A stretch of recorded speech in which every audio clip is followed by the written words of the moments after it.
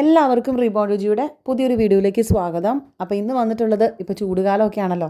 അപ്പോൾ നമുക്ക് ശരീരത്തിന് പറ്റുന്ന ഒരു അടിപൊളി ഒരു മോര് വെച്ചിട്ടുള്ള ഒരു കറിയുടെ റെസിപ്പിയൊക്കെ ആയിട്ടാണ് കേട്ടോ. അപ്പം വളരെ ടേസ്റ്റി ആയിട്ടുള്ള ഈ ഒരു റെസിപ്പി എങ്ങനെയാണ് ചെയ്യുന്നതെന്ന് നോക്കാം. അപ്പോൾ പുതുതായിട്ട് കാണുന്ന ആരെങ്കിലും ഉണ്ടെങ്കിൽ സപ്പോർട്ട് ചെയ്യാൻ വേണ്ടിയിട്ട് മറക്കരുത് കേട്ടോ. അപ്പോൾ ആദ്യം തന്നെ ഇതുപോലെ ഒരു ചട്ടി എടുത്ത് വെച്ച് കൊടുത്തിട്ടുണ്ട്. എന്നിട്ട് അതിനകത്തേക്ക് ഒന്ന് ചൂടായി വരുമ്പം വെളിച്ചെണ്ണയാണ് കേട്ടോ ഒഴിച്ച് കൊടുക്കുന്നത്. വെളിച്ചെണ്ണ ഒഴിച്ച് കൊടുത്തിട്ടുണ്ട്. വെളിച്ചെണ്ണ ചൂടായിട്ട് വരുന്ന സമയത്ത് നമുക്ക് അതിനകത്തേക്ക് കുറച്ച് ഉലുവയാണ് ആദ്യം ഇട്ട് കൊടുക്കുന്നത്. ഈ ഒരു മോരുകറി വെക്കുമ്പോൾ ഈ ഒരു ഉലുവ ഇടുന്നത് ഭയങ്കര ടേസ്റ്റിയാണ് കേട്ടോ.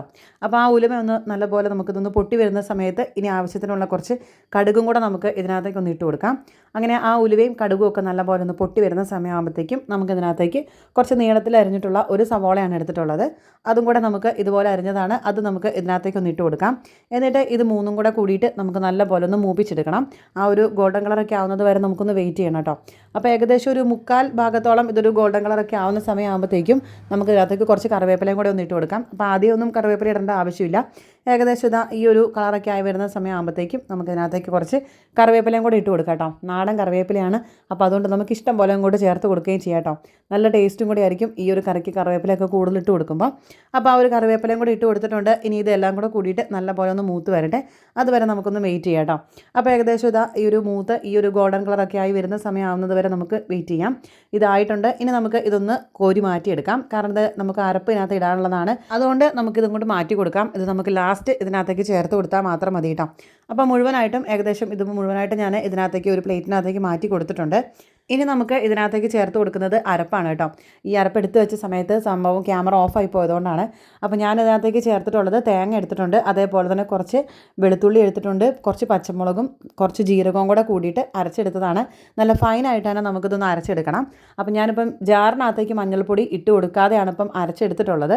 പക്ഷേ നമ്മൾ ഈ അരച്ച് കഴിഞ്ഞതിന് ശേഷം നമ്മൾ ആ ഒരു ചട്ടിക്കകത്ത് ഇട്ടതിന് ശേഷം നമ്മൾ മഞ്ഞൾ ചേർത്താലും മതി കേട്ടോ. നമ്മൾ ഈ ജാറിനകത്തേക്ക് ഇട്ട് അരയ്ക്കണമെന്ന് ഇല്ല മഞ്ഞൾപ്പൊടിയൊക്കെ. അപ്പോൾ ഞാൻ ഇതാ ആ അരപ്പ് മുഴുവനായിട്ട് ഇതിനകത്തേക്ക് ഇട്ട് കൊടുത്തിട്ടുണ്ട്. എന്നിട്ട് ആവശ്യത്തിനുള്ള മഞ്ഞൾപ്പൊടിയും കൂടെ ഒന്ന് ചേർത്ത് കൊടുത്തിട്ടുണ്ട്. ഇനി നമുക്ക് ഇത് നല്ലപോലെ ഒന്ന് ഇളക്കി ഇതിൻ്റെ ആ ഒരു പച്ചമണം മാറുന്നത് വരെ നമുക്കിത് നല്ലപോലെ ഒന്ന് ഇളക്കി കൊടുക്കാം. അപ്പോൾ കൈവിടാതെ തന്നെ നമുക്കിത് ഇളക്കി കൊടുക്കാം കേട്ടോ. അപ്പോൾ ഇതാ ആ ഒരു മഞ്ഞളും എല്ലാം കൂടെ കൂടി നല്ലപോലെ ഒന്ന് മിക്സ് ആയിട്ട് വരും.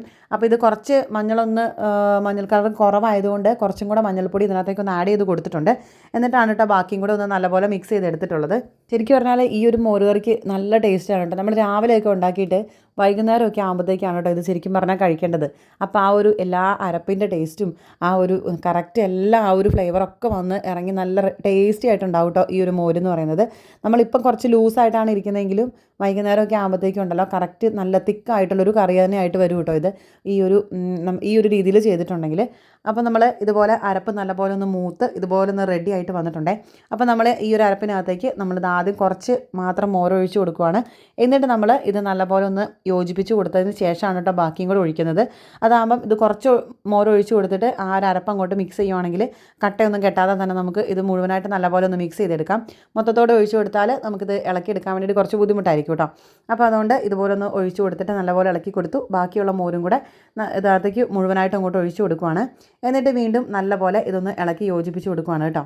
ഇനിയും ഇത് കൈവിടാതെ തന്നെ നമുക്ക് ഇത് നല്ലപോലെ ഇളക്കി കൊടുത്തുകൊണ്ടേ ഇരിക്കണം, അല്ലെങ്കിൽ ഇത് തിളച്ച് പിരിഞ്ഞു പോകും. അപ്പോൾ അതുകൊണ്ട് തന്നെ നല്ലപോലെ നമുക്ക് ഇനി കൈവിടാതെ തന്നെ നമുക്കിത് നല്ലപോലെ ഒന്ന് ഇളക്കി കൊടുത്തുകൊണ്ടേ ഇരിക്കാം. അപ്പോൾ ഇതുപോലെ നമുക്ക് നല്ലപോലെ ഇളക്കി കൊടുക്കാം. അപ്പോൾ നമുക്കിനി ആവശ്യത്തിന് ഉപ്പ് നീരോ അല്ലെങ്കിൽ ഉപ്പ് പൊടിയോ നമുക്ക് ഇതിനകത്തേക്ക് ചേർത്ത് കൊടുക്കാം കേട്ടോ ആവശ്യത്തിനുള്ളത്. അപ്പോൾ ഞാനിപ്പോൾ ഇവിടെ ചേർത്ത് കൊടുത്തിട്ടുണ്ട്. എന്നിട്ട് നമുക്ക് ആവശ്യത്തിൻ്റെ ടേസ്റ്റൊക്കെ നോക്കുക. എന്നിട്ട് ഉപ്പ് കുറവാണെന്നുണ്ടെങ്കിൽ കുറച്ചും കൂടെ നമുക്ക് ഉപ്പൊക്കെ ഒന്ന് ആഡ് ചെയ്ത് കൊടുക്കാം. എന്നിട്ട് വീണ്ടും ഇത് നല്ലപോലെ നമുക്ക് ഇതൊന്ന് മിക്സ് ചെയ്ത് കൊടുക്കാം കേട്ടോ. അപ്പോൾ കുറച്ച് നേരം ഒന്ന് ആയി വരുന്ന സമയത്ത് ഇതിൻ്റെ മുകൾ ഭാഗത്ത് ഒരു വൈറ്റ് കളറിൽ ഇങ്ങനെ ഒരു വരും. അപ്പോൾ അതുവരെ നമുക്ക് ഇത് നല്ലപോലെ കൈവിടാതെ തന്നെ നമുക്ക് ഇതുപോലെ ഒന്ന് ഇളക്കി കൊടുത്തുകൊണ്ടേ ഇരിക്കാം. അപ്പോൾ ഏകദേശം ഇതാ ഒരു കുറച്ച് നേരമൊക്കെ ആയപ്പോഴത്തേക്കും ആ ഒരു വൈറ്റ് കളറിലുള്ളതൊക്കെ ഒന്ന് വന്നിട്ടുണ്ട്. പക്ഷേ ആയിട്ടില്ല കേട്ടോ. ഇത് ജസ്റ്റ് ഒന്ന് ഒരു ചെറുതായിട്ടൊരു തിളയൊക്കെ വരും. അപ്പോൾ അതുവരെ നമുക്ക് ഇത് നല്ലപോലെ ഒന്ന് ഇളക്കി യോജിപ്പിച്ച് കൊടുത്തിരിക്കാം.